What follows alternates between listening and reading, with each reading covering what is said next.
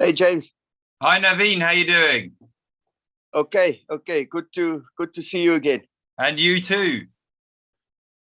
I'm looking a little bit more slicker than I did the last Yes, time. I didn't recognize you, to be honest. I've had the proverbial scrub down and shearing done. Why My did you do mum's that? ready to, yeah. I think the long it became a little bit too much of maintenance. Okay, nice. And have you been well, James? Very, very good. Very busy. Yeah, I Actually, can see that. much more so than I would have thought, but one can't complain. Excellent. Well, I've been watching some of your exploits, and yeah, you've got an ardent following of young, enthusiastic geologists and geophysicists. Excellent, man. You're somewhat of a celebrity to the academic fraternity. I think it's because no one else is doing it, Navin, to be very honest. I think Well, excellent, man. there are not many people Excellent. who are out there doing diamond exploration work, and we're one of the only people doing it. Well, you certainly are trailblazing, and and yeah, you've got an impressive sort of following, which is really great. Yeah, Well, I think what we'll do is that let's start this. I'm interviewing you. that's correct. Um, Yes, and absolutely. Yep. so Then what I can do let's then, go. Naveen, is that I will send you the Zoom recording over the weekend. I'll put it on Dropbox, and then you can then do what you need need to do with it. Okay, excellent. Thanks, You'll have to thanks, probably James. edit it and maybe cut and paste a few things and whatever else you need to actually put it into a format you would prefer. Excellent. Okay, no, great stuff. So look, we'll start off with the introduction. Basically, I think anybody that's on LinkedIn needs no introduction to the eminent James Campbell, but I'll let you do the introduction, James. What the objective of the interview is. I think we both have individually got our projects that we're hoping to showcase to the world and to try and attract investment to Southern Africa, specifically for the diamond industry. My foray into the industry is in the alluvial diamond sector, and I know that you're the eminent go-to person for them with regards to chasing down elusive kimberlites and proving their worth. However, I think that our target audience for both of the Diamond Lakes project as well as all of Botswana Diamonds projects hopefully there's an avenue into the Australian diamond investing sector, as well as we are intending showcasing our project to the Indian market especially, as well as sort of the whole subcontinent of Asia. But I'll stop talking and I'll let you give us an introduction as to you and what your journey has been to get to this point. Okay, Naveen, thank you very much for that. Well, I'm going to try and keep it fairly brief. I graduated from a degree in mining and exploration geology from the Royal School of Mines, Imperial College in London in 1985. And I was very fortunate in my honours year to write my honours project on what was going to become Venetia Mine. And at that stage, it was an exploration project, and I wrote an honours thesis on some of the kimberlites. So when I graduated, it was almost my default position to go back and work for De Beers, which I did for 21 years. I rose to being general manager in charge of their advanced exploration projects and laboratories around the world.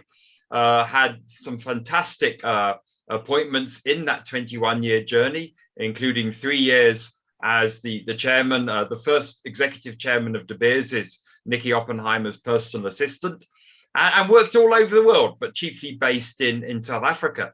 And after 21 years, the time was time to move, and I joined African Diamonds as their managing director. And this is the first of 4 Diamond Juniors which I've led. And African Diamonds had a very, very interesting journey.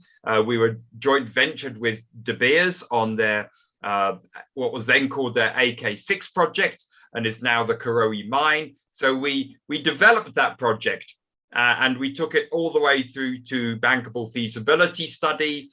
We had some interesting times along the way with De Beers. And we were eventually bought out by Lucara Diamond Corporation. And more interesting for your shareholders is that our original shareholders received over a 25 times return, and those who maintained their holding would have had a 10 times return.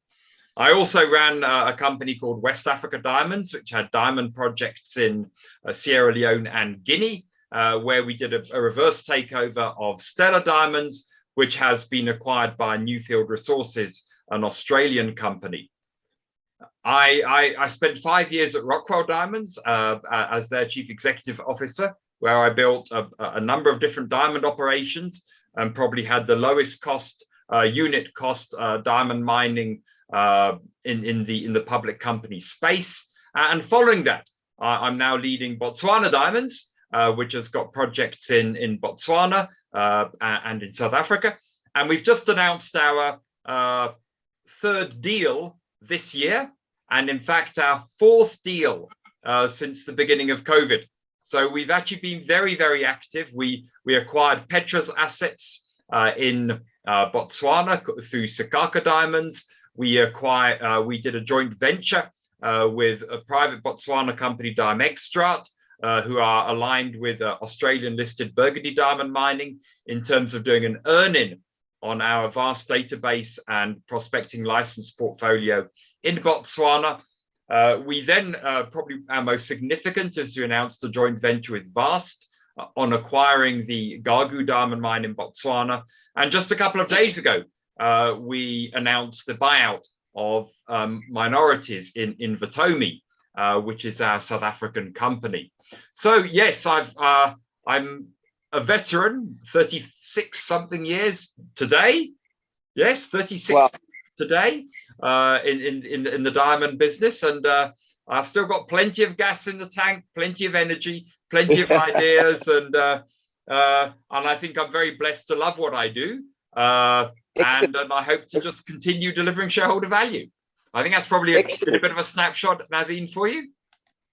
Fantastic. And you know, one of the things that I hope to actually use with this interview is to showcase to young people as to just how important that rock solid initial education is, how important it is to actually, and it doesn't necessarily have to be university, it can be even in the technical fields, is chase after your dream. And if you put the effort and the time in, you will eventually aim towards success or anything in whichever field you aim for. You certainly are a demonstration of that resilience and the right mindset. I mean, there's nothing that's going to stop you, which is fantastic. It's fantastic not just for the company that you're leading, but I mean, it's fantastic for the economies of these various companies.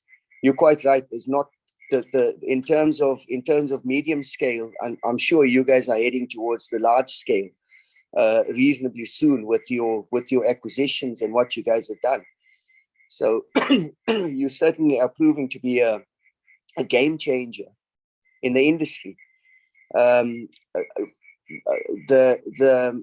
What you've done with Botswana Diamonds, I mean, these recent acquisitions, everybody each week there's something new, and it's fantastic. It's this, and with your Thorny River project, I mean, it's exciting to actually be following, which is great.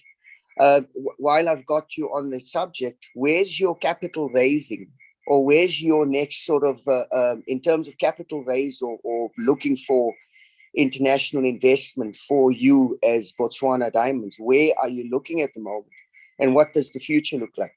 Navin, before I comment on that, maybe I just want to comment on what you started there. And you know, one of the best bits of advice I can give to youngsters who are coming into this area is don't sacrifice your field time at the beginning of your career. And why I want to maybe just harp on that a moment before I touch on the capital raising is that I hosted fourth year geology students from a local university at the end of last year at Marsfontein, which is close to Thorney River. And many of them came to me and said, "No, why are you still working in the field at your age?" And I was quite taken aback. And I said to them that if you still don't love your field work, don't even bother being a geologist. You know, no, we can't. This is too hot. You know, it was late 30s, early 40s. It was a very, very humid day. It was a hot day. We'd walked up and down the pit. And a lot of these guys were physically not very fit, which is, I think, a major problem if you're a geologist. And they just, you know, were struggling to actually cope spending a half a day in the field. And they wanted to get back to their air-conditioned bus. And I said to many of them, you know, what do you want to do? And they wanted to become consultants and go and work in Joburg or Cape Town or something from an air-conditioned office. And I was very blunt. I said, I wouldn't touch you with a barge pole. I said, the only consultants I touch are those people who've got very, very deep and extensive field experience, topped by great qualifications and delivery. So I said, bank the first at least the first 10 years of your career in the field, if not longer, and always go back and keep your field craft intact. Because one of the great things about my work and what I've done is that you pick up a lot of what they call insight. You know, you go onto a project and you can almost smell whether it's going to deliver value or not, because you've just been through it so many times and you've done it. And of course, you'll always look at the documentation. You'll of course look at it always thoroughly. But if you haven't been there and done it many times yourself, it is that much more difficult. So I want to park that for a moment and then just get on to the fundraising side. Prior to the 2009 and the global financial crisis, we would typically raise funds from a number of institutions in London. You know, in African Diamonds, for example, we had Investec, we had JP Morgan, we had BlackRock. We had a number of institutions who would invest in the company, and they would do that by saying, no, we like the diamond space. We're going to invest in all the credible diamond juniors there on the basis that one of them will really kick and we'll make our money well on that one, knowing full well that we're probably going to lose it on the others. And indeed they did with African Diamonds, which is really good. Subsequent to 2009, and MiFID and a whole load of European rules that came into place, that avenue for investment has chiefly dried up. So the investment which we've had over the past 5 years, for want of a better word, in Botswana Diamonds has been from kind of two groupings. The one which my chairman calls the 3 Fs, friends, families, and fools. Those are people who are followers, and they will put money in, and they're very interested and very knowledgeable private shareholders. And the other, which is what we raise from London through brokers, but it tends to be quite fast money. It's not sticky money. It's money that will come in quickly, and when there's a bit of news, it gets dumped fairly quickly as well. And as you know, in our business, exploration going into mining is a long-term business, and yes, we can announce good results and which will lead to share price improvements, but we're not overly interested in shareholders who will come in fast and get out fast. We want people who are going to stick with us for a reasonable period of time. So we tend to raise money, call it 3 times every 2 years, because we are an exploration company. And the theory is that every time we raise money, we do it at ever increasing share prices. So it doesn't dilute your original shareholders and your shareholders who've actually, put their hard-earned money into the company itself. So that's a theory. And more often than not, we get it right. But obviously they're global shocks like there were last year. Black swan events, call it what you will, which are beyond our control. But diamonds have come back very strongly since the COVID pandemic. And we hope when we do our next fundraising, there'll be a bit more appetite at the right price to invest in companies such as ours. Excellent. Excellent. Well, That's great. Well, I'll take this opportunity to sort of do a very quick introduction to the Diamond Lakes project. That's the project that I'm principally involved in and have been for the last about 15 years. It's been a tough run. It's an alluvial diamond project. The mine itself is 99 hectares. The new order mine right extends up to 2044. It's got an interesting geology in that there's various, what seems to be various different aged alluvial deposits that seem to have actually been deposited from varying directions. In addition to that, over the area, there's these. You can probably give a better geological explanation after my attempt, but there's these pothole formations that sit on the gravel runs. There's a few of those photos that I've sent through to you, but what my understanding of the geology is that there must be a kimberlite source in the vicinity or in the region. There's this huge swathe of alluvial gravel runs that have been identified and mined from the 1920s. However, there hasn't as yet been an identifiable kimberlite source. So even though this is an alluvial deposit and your speciality seems to certainly be assessing kimberlite deposits and their viability and taking them to production. But we are really pleased that you've agreed to come on board the Diamond Lakes project as a technical advisor. We hope that we hope to try and actually see whether we can chase after and find a kimberlite. There seems to be some suggestions with some of the old historical geologicals that we've got, that there seems to be a preponderance of kimberlitic material, especially in samples that were taken from Pinar's pothole. But as yet, like I say, nobody's found the elusive sources yet.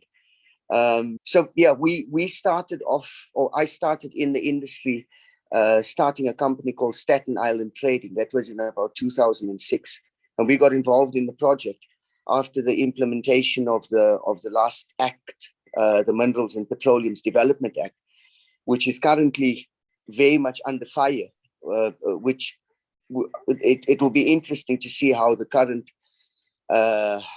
legal situation unfolds. Hopefully it's not to the detriment of the whole industry and the country again, but we'll see where we go with that.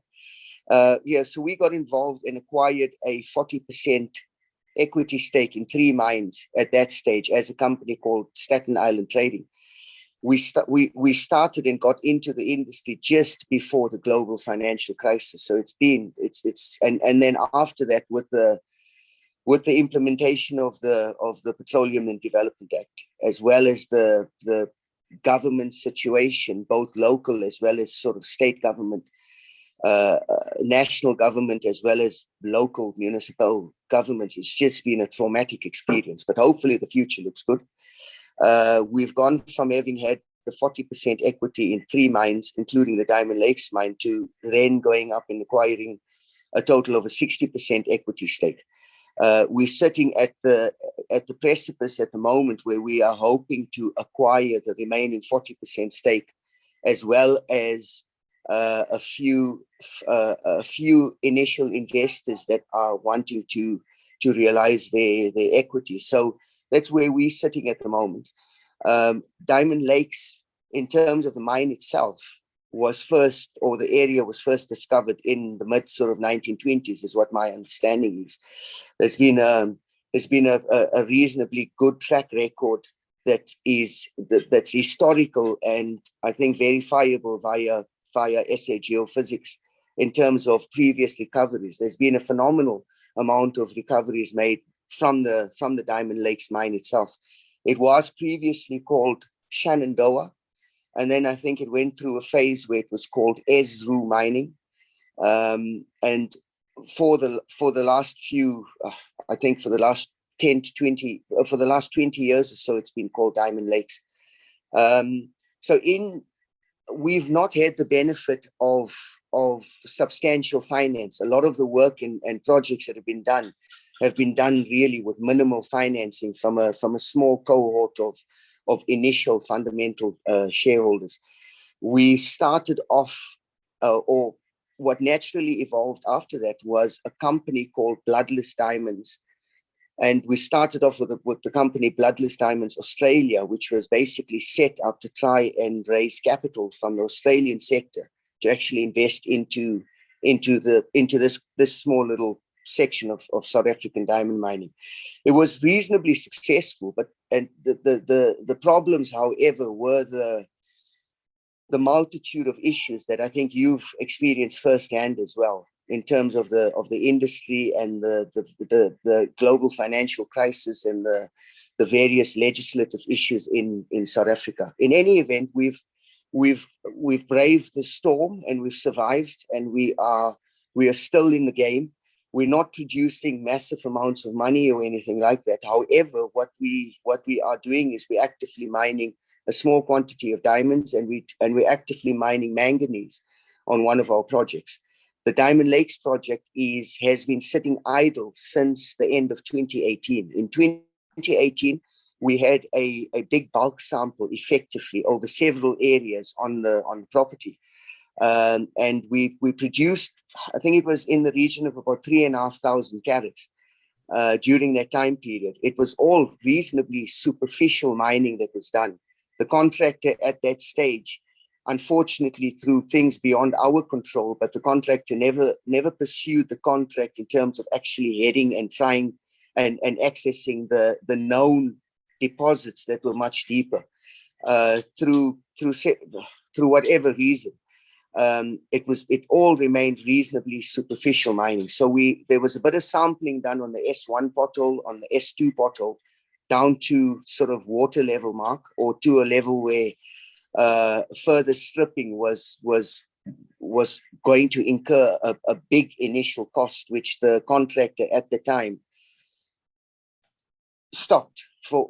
In any event, what we're doing at the moment from an in-house perspective, we are starting with our own, a further and a brand new, the 1st of October, a brand new capital raise that we're going to actually take and showcase both to the Australian sort of industry, but sort of the Asian market as well.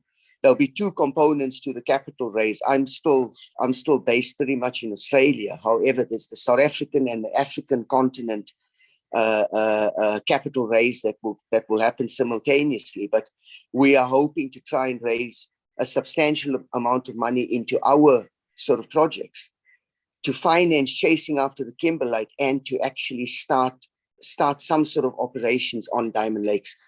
So the initial bit of funding that actually, or capital that we raise, we're going to start with a very modest bulk sampling project to start off with. We know and have got proven deposits. We don't have a new competent man's report. All of our geologicals are old. They still are, however, representative in terms of where there are known deposits that have been drilled and sampled.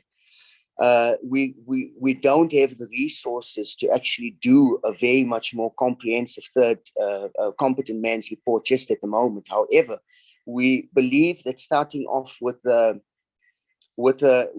bulk sample will actually allow us to, as long as it's managed properly and we containing our expenses, but it should actually allow us to be able to in-house finance further exploration and to actually start chasing after this. So that's where we are at the moment. We're hoping to be able to, with a reasonably modest amount, we are able to actually start off with.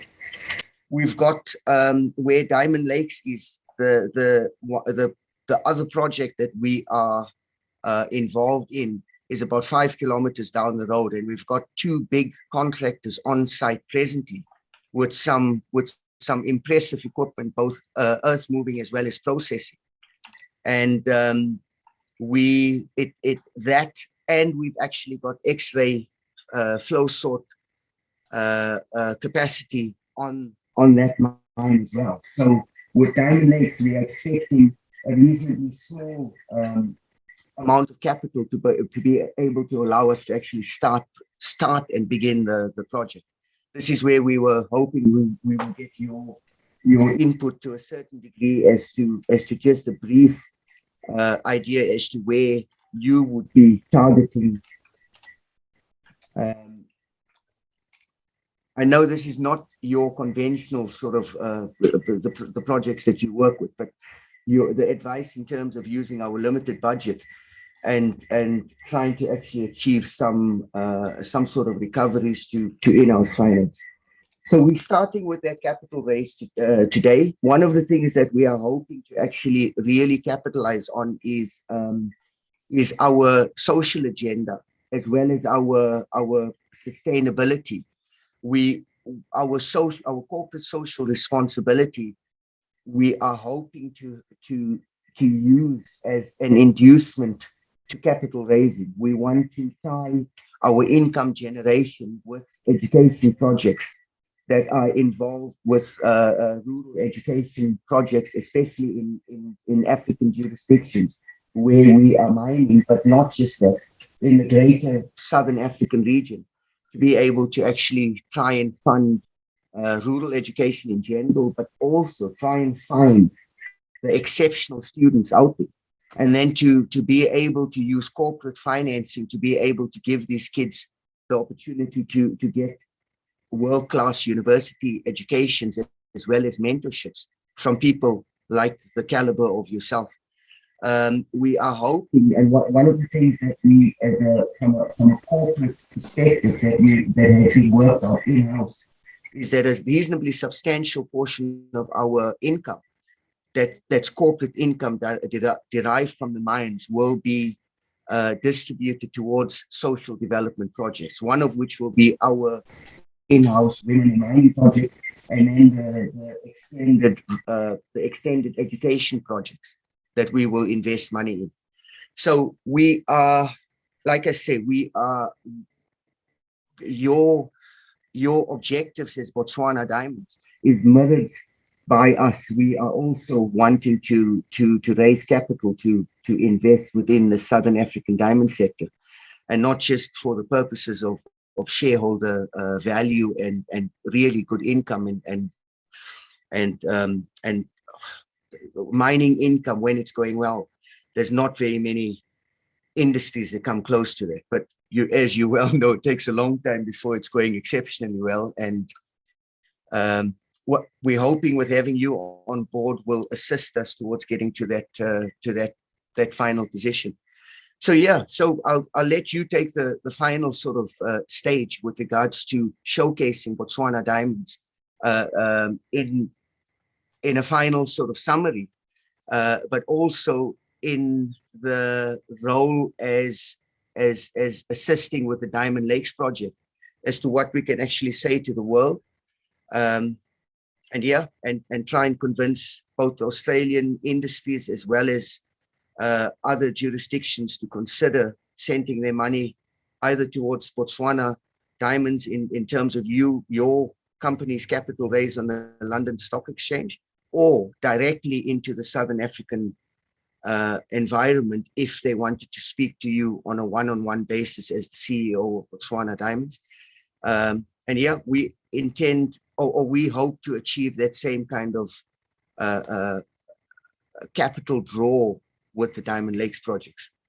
So yeah, and my showcase idea of calling the project Indiana James and the Legend of Diamond Lakes, I think I reckon there's a movie to be made there. We need you in your full sort of expedition gear with the hat on.